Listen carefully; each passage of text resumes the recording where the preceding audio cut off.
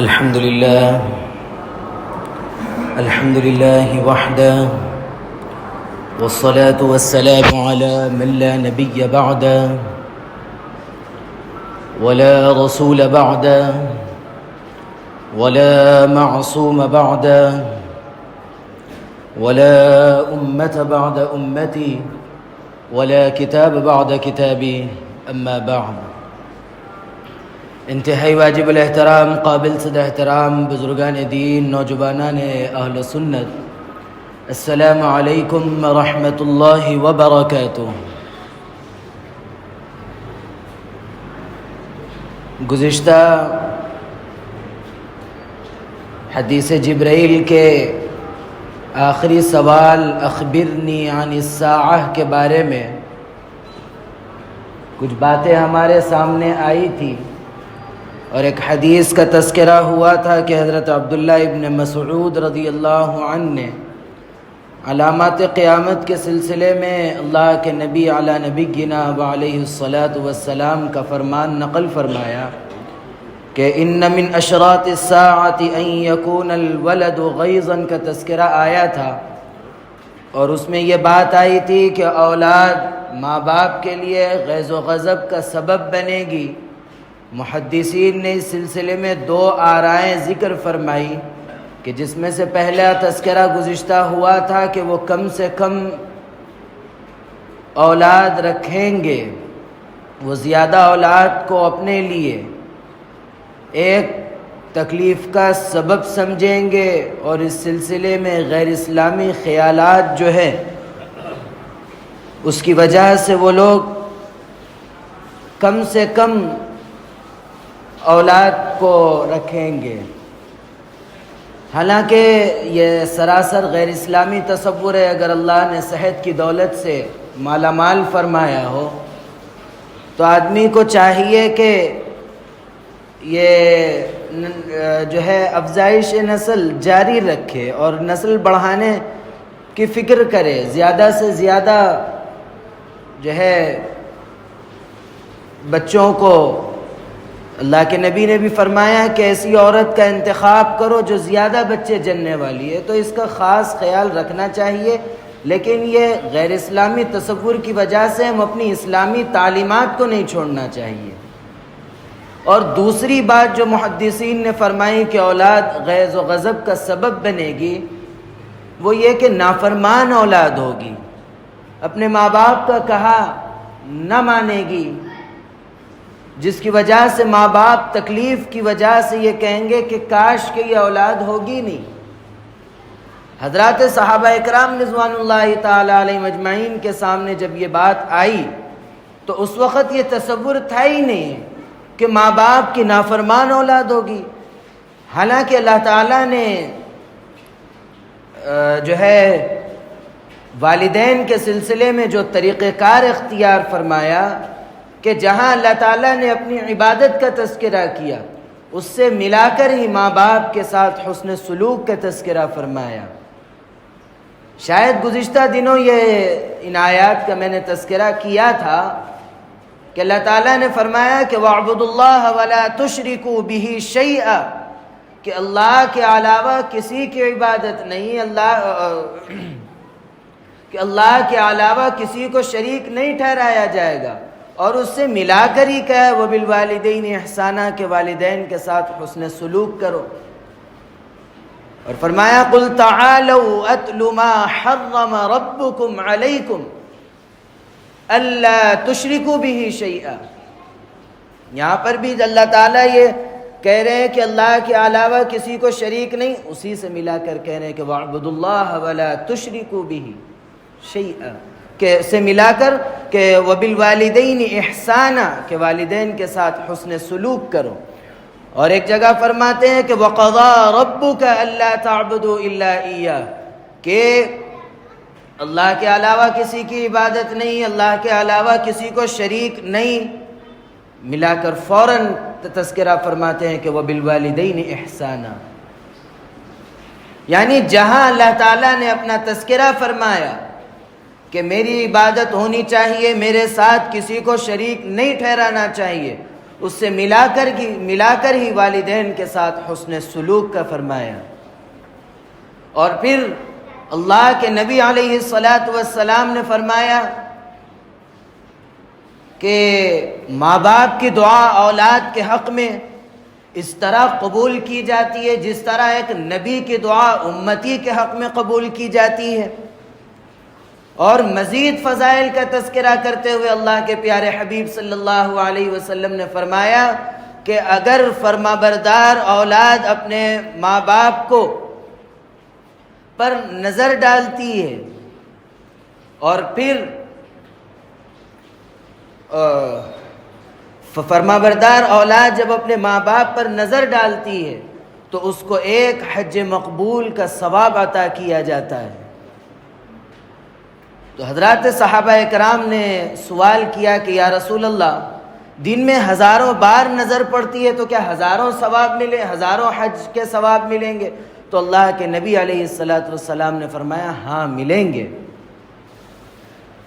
اور جہاں تک مسئلہ ہے شرعی اعتبار سے اگر دیکھا جائے کہ ایک لڑکا ایک گھر بنایا، کروڑ 2 کروڑ کا گھر بنایا، بسا دیا، ہر آسانی کی، آرائش کی، ہر چیزوں سے اس کو مزین کر دیا، اگر اس کے ماں باپ اس سے کہے کہ یہ گھر چھوڑ کر باہر نکل جا، اب اس کے لیے جائز نہیں ہے کہ وہ اس گھر میں رہے بلکہ گھر چھوڑ کر باہر ہو جائے۔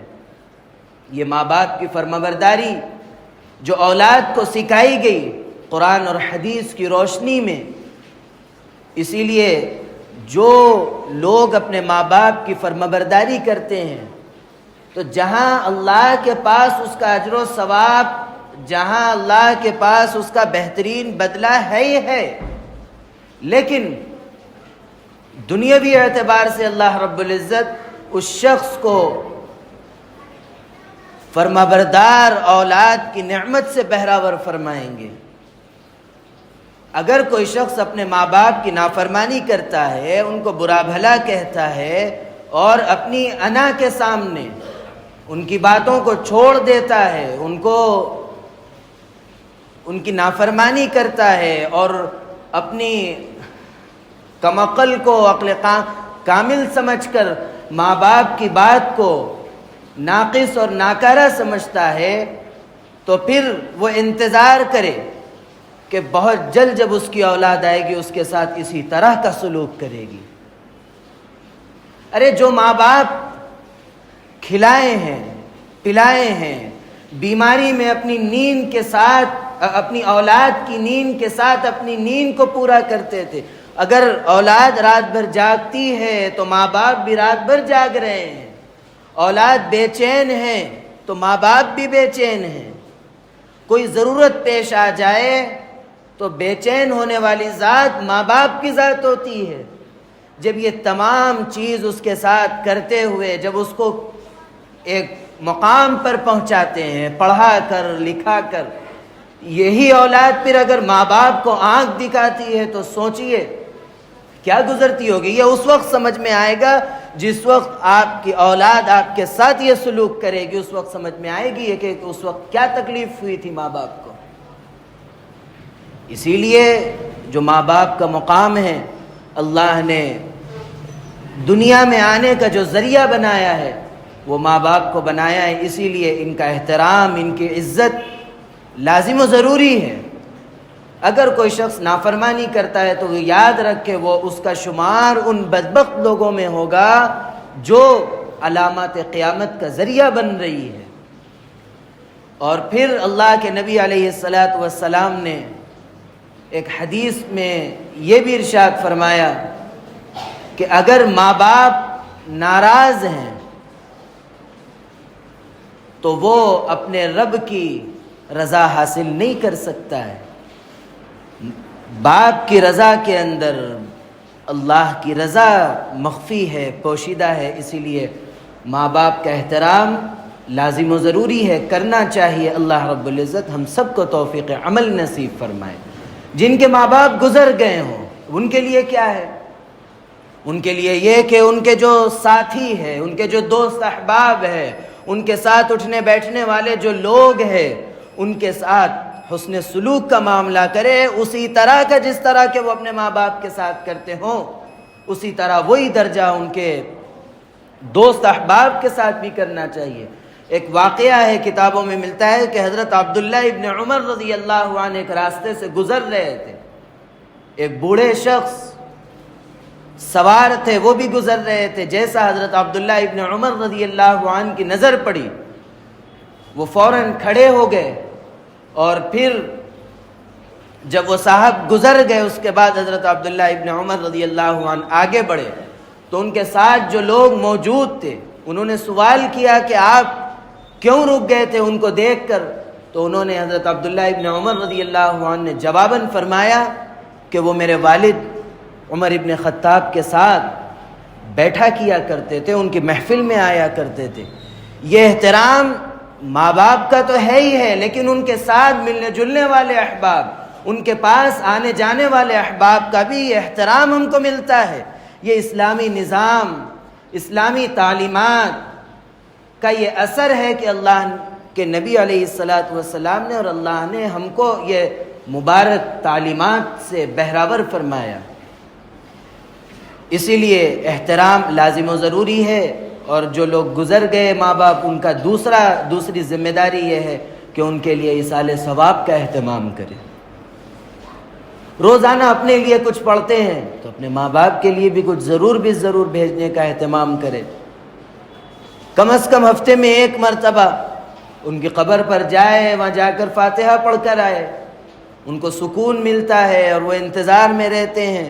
روایتوں میں یہاں تک آتا ہے کہ مرحومین اپنے وارثین سے روزانہ ایصال ثواب کی روزانہ اتنا امید میں رہتے ہیں کہ جس طرح ایک ڈوبتا ہوا شخص سہارے کی امید میں رہتا ہے۔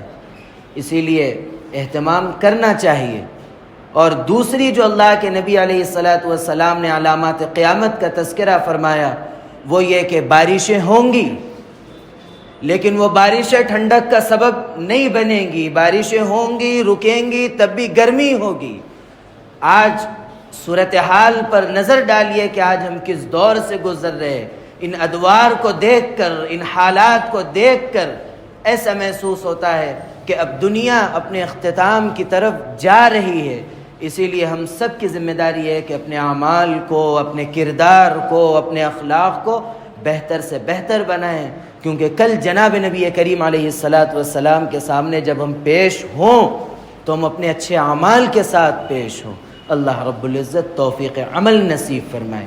اور آخر میں ایک بات جو اللہ کے نبی علیہ السلام کی تعلیم کا ایک حصہ ہے کہ اللہ کے نبی علیہ السلام نے ساری انسانیت کو، سارے دنیا کے جتنے لوگ دنیا میں رہتے ہیں سب کے سب کو ایک فرمایا کہ کجسد واحد، یہ ایک جسم کی طرح ہے۔